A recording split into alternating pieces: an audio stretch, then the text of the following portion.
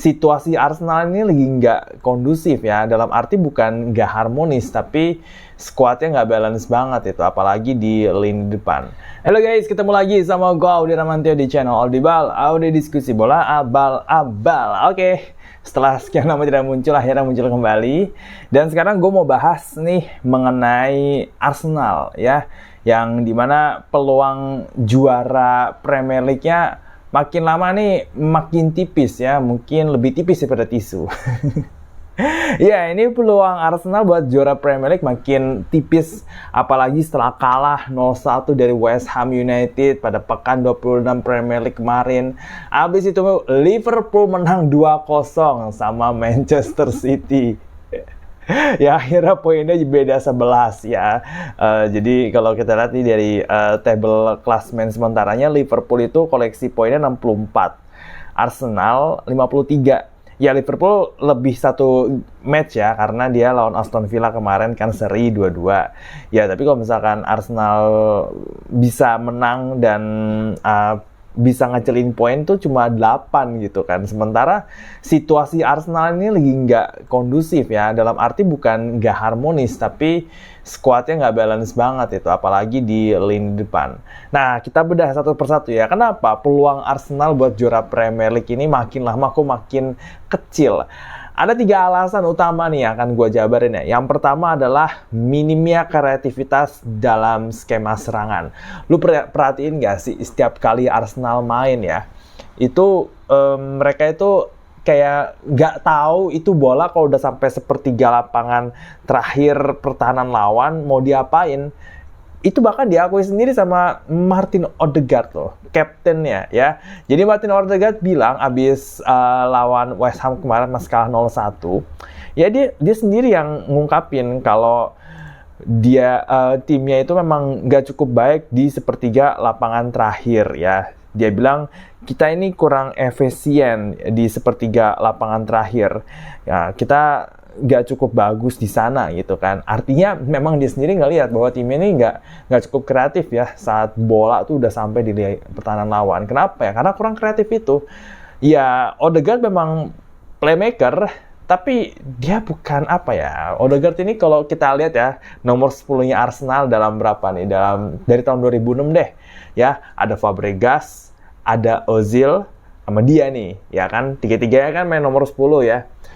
Itu Odegaard itu tuh bahkan levelnya nggak nyampe ke Ozil sama Fabregas gitu, sama sekali nggak nyampe ya, dari segi kreativitinya, dari segi determinasinya, dari segi bagaimana cara dia membangun serangan, ngedobrak pertahanan lawan.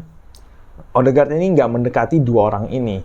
Ditambah lagi tandemnya Odegaard di depan itu nggak ada ya. Fabregas dulu masih punya Henry, masih punya Van Persie, masih punya Adebayor, ya kan? Kalau Ozil tuh dulu, ya masih ada Giroud, masih ada Sanchez, Alexis Sanchez, Aubameyang juga, ya. Dan terus Odegaard siapa? Havertz gitu? Enggak ya. Jadi memang kurang kreativitas. Terlalu banyak crossing gitu loh kan.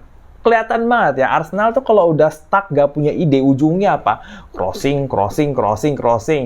Lah, wong siapa yang mau makan umpannya dia di kotak penalti, mau crossing gitu? Coba siapa yang punya skill finishing untuk menyelesaikan umpan-umpan crossing? Siapa pemain Arsenal yang bisa menempatkan dirinya di posisi yang tepat untuk menerima umpan-umpan lambung itu? Nggak ada. Kenapa? Ya karena faktor keduanya, nggak punya striker. Jadi benar-benar nggak ada antisipasi, nggak ada planning, nggak ada kepikiran gitu loh. Mikel Arteta, pelatih Arsenal, sama manajemen Arsenal untuk memprediksi bahwa skuadnya ini bisa aja cedera panjang ya.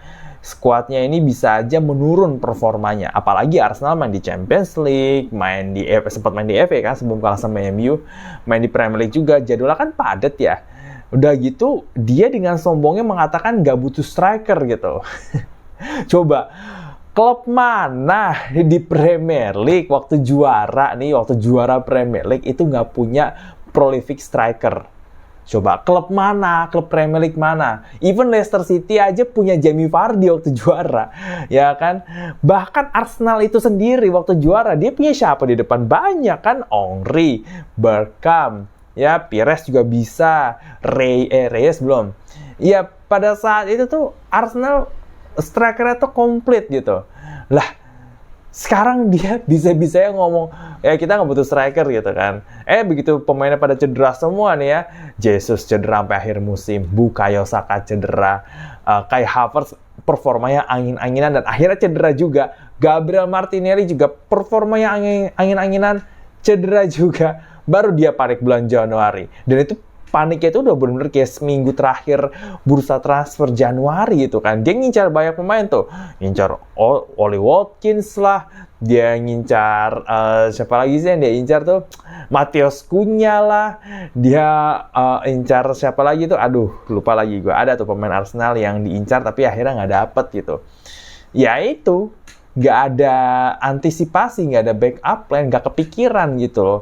Dia percaya aja sama Kai Havertz yang bukan striker. Kai Havertz itu bukan striker, guys. Bukan. Dari zaman pertama kali gue nonton dia dibayar Leverkusen dulu, dia itu pemain nomor 10 belakang striker. Sekarang torehan golnya emang ada 9 gol, 3 assist dalam 21 pertandingan gitu kan. Statistik ini, kalau misalkan dia itu adalah seorang gelandang nomor 10, gelandang serang, wah ini bagus. Masalahnya, dia ditempatin di false nine, di striker gitu. Striker palsu meskipun ya, false nine. Segini nggak cukup bagus gitu loh. Dan memang dia bukan striker, dia bukan seorang finisher, dia memang bukan seorang prolific goal scorer gitu, yang tipikalnya macam kayak Haaland, Harry Kane, even striker-striker Arsenal zaman dulu deh. Dia bukan striker house goal macam kayak Van Persie, Adebayor, Thierry Henry, you name it lah gitu. Dia tuh nggak tipikal kayak begitu gitu loh. Havertz itu pemain gelandang nomor 10 di mana posisinya sama kayak Odegaard gitu. Tapi ya si Arteta ini terlalu percaya dengan, nggak tahu deh, data kali, statistik apa kayak gimana, gue juga nggak ngerti gitu. Terus begitu dia baru mainin Gabriel Jesus starter, gitu kan. Golnya lumayan tuh kan. Dia main starter terus cetak 3 gol dalam 17 pertandingan, tapi akhirnya juga cedera sampai akhir musim lah. Ya, dia tahu sendiri harusnya kan, Jesus kan emang riwayat cederanya panjang gitu. Jadi nggak bisa diandalin juga. Pas ada nggak dimainin sebagai starter. Ya, nggak ngerti gue sama si isi kepala Arteta ini ya. Jadi ya ini benar-benar blunder dan kesalahan yang fatal banget ya dari Mikel Arteta dan juga manajemen, bahwa mereka nggak punya backup plan. Ya, lu butuh striker kalau datanginnya Mikel Merino, Calafiori. Ikut datanginnya pemain tengah sama pemain belakang. Sedangkan lu butuh orang di depan gitu kan. Nggak ada pokoknya ya sejarahnya klub Premier League juara Premier League dengan false nine. Ya, gue belum pernah lihat sih. Ya, pernah sih mungkin ya Manchester City sebelum beli Haaland ya, 2021-2022 ya, dia beberapa kali kan dia pakai Jesus juga pernah, Raheem Sterling juga pernah jadi false nine di situ ya kan. Tapi ya itu Manchester City lagi prime performnya gitu kan. Beda ini Arsenal kan bukan Manchester City gitu. Masalahnya kayak gitu. Jadi dia tuh nggak punya backup plan ya, salah antisipasi, panik pas bursa transfer Januari. Akhirnya ya nggak punya striker, nggak bisa cetak gol gitu. Lu lihat deh, waktu lawan Leicester City, gue nonton pertandingan itu ya, sampai sebelum Merino masuk, itu kan yang main kan Sterling, Nwaneri sama Trossard sebagai false nine ya. Nah, si Arteta ini terlalu seneng mainin false nine gitu kan. Gak ada kreativitas. Sama sekali gak ada. Kayak ini bukan Arsenal yang dulu gue pernah nonton zaman gue masih SMP ya. Nonton Arsenal masih ada Fabregas, Van Persie, Adebayor. Seenggaknya mereka meskipun gak juara ya, seenggaknya permainan mereka tuh atraktif, menarik, dan bahaya di depan kotak penalti gitu kan. Kayak dia punya striker yang bisa makanin atau nyelesain umpan-umpan atau nyelesain peluang-peluang yang diciptakan sama gelandang-gelandangnya gitu. Dan ini tuh nggak ada gitu, kayak udah sampai kotak penalti lah terus ini bola oper ke siapa nih? Ini ngapain nih? Kita crossing nggak? Kita kemana nih? Kayak bingung sendiri gitu loh kan. Itu parah banget ya. Lawan Leicester meskipun menang 2-0, tapi buat gue tuh kemenangan yang sama sekali nggak impresif gitu kan, kayak ya udah lu menang tapi next match-nya lu pasti nggak bisa menang kalau kayak gitu ya, bener aja kan kalah 0-1 lawan West Ham. Di lawan West Ham juga, wow itu lebih parah lagi nih statistiknya nih ya. Kalau kita lihat statistik ya, ball possession 68%, total shot-nya 20, on targetnya cuma 2. Big chance-nya cuma 1. Coba lu bayangin deh, 20 shot, 2 on target, 1 big chance. Dan menurut gue on targetnya bukan on target yang bahaya-bahaya amat gitu loh. Maksudnya ya asal bola arah ke gawang aja gitu, bukan yang big chance kayak gimana. Jadi kayak ya emang aneh aja gitu loh. Arsenal ini nggak antisipasi, ini kesalahan terfatal sih. Dan yang ketiga, ini kalau menurut si Odegaard itu sendiri ya, itu terlalu mudah kebobolan akibat kesalahan organisasi permainan.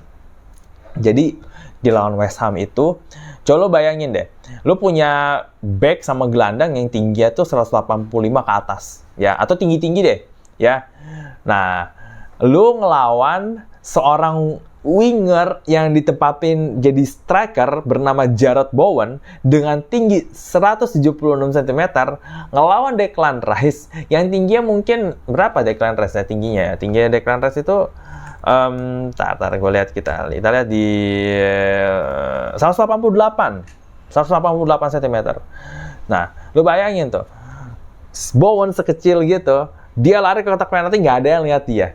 Kalau tahu ada yang ngelihat dia, nggak mungkin Bowen bisa nyundul. Ini nyundul loh ya, bukan nendang nih. Ini nyundul bola tanpa penjagaan bebas, dan pas si Rice ngeliat ke belakang, dia kayak kaget aja gitu kan. Kok ada Bowen di situ? Ya. Itu kelihatan bahwa organisasi pertahanan mereka itu tuh nggak bagus, memang nggak cukup bagus. Nggak ada yang lompat, nggak ada yang clearance, nggak ada yang tempel ketat si Bowen. Sampai akhirnya dia bisa sundul itu bola depan gawangnya David Raya, bebas tanpa penjagaan yang ketat. Nah, itu contoh banget itu. Organisasi pertahanan Arsenal tuh memang nggak cukup bagus. Nah, kalau misalkan kejadian kayak begini terjadi lagi di pertandingan selanjutnya, Arsenal dengan mudah kebobolan kayak begini yang berujung seri atau bahkan kalah, susah ngejar Liverpool gitu kan. Liverpool tuh sering main jelek kalau gue nonton ya, tapi mereka bisa cetak gol selesai pertandingan. Beberapa kali aja yang apes tuh, lawan Everton 2-1 jadi 2-2, lawan Newcastle 3-2 jadi 3-3, Aston Villa 2-1 jadi 2-2 gitu kan. Tapi kan secara overall Liverpool bisa nyelesain pertandingan dengan kemenangan gitu. Nah, Arsenal enggak gitu. Arsenal enggak. Ini yang jadi masalah. Ini yang bikin peluang Arsenal juga makin kecil untuk jadi juara Premier League. Karena nggak bisa. Lu kalau mau juara Premier League, satu, lu cetak banyak gol, seefektif dan efisien mungkin manfaatin peluang, dan minim kebobolan. Ini yang nggak dimiliki Arsenal. That's why ya, ini udah 11 poin loh ya. Dan ini udah bulan akhir Februari, udah mau masuk Maret, Arsenal bakal main di Champions League babak 16 besar. Jadwalnya makin padat. Oh, jangan lupa ada international break ya bulan Maret ya.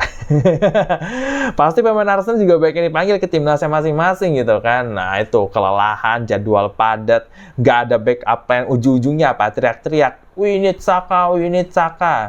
Menyedihkan ya kalau tim gede gitu, terus tergantung sama satu pemain, terus kayak kalau pemain ini nggak ada, terus teriak-teriak semuanya gitu. Ya menyedihkan aja sih. Ya itu kenapa Arsenal buat jadi juara Premier League ini makin sulit itu kan, dan makin mengecil sih menurut gua. Nah, kalau menurut lo gimana nih? Arsenal masih bisa mengejutkan, ngejar Liverpool gitu buat jadi juara, atau ya udahlah kita yang penting ya kita main aja lah buat formalitas gitu sampai Premier League habis sembari nunggu akhir musim? Gimana menurut lo? Arsenal masih bisa juara nggak nih? Tulis di kolom komentar di bawah. Oke, itu aja dari gua. Jangan lupa untuk like video ini, komen ya di bawah mengenai Arsenal bagaimana, dan share ke teman-teman lo di segala platform media sosial dan juga chat.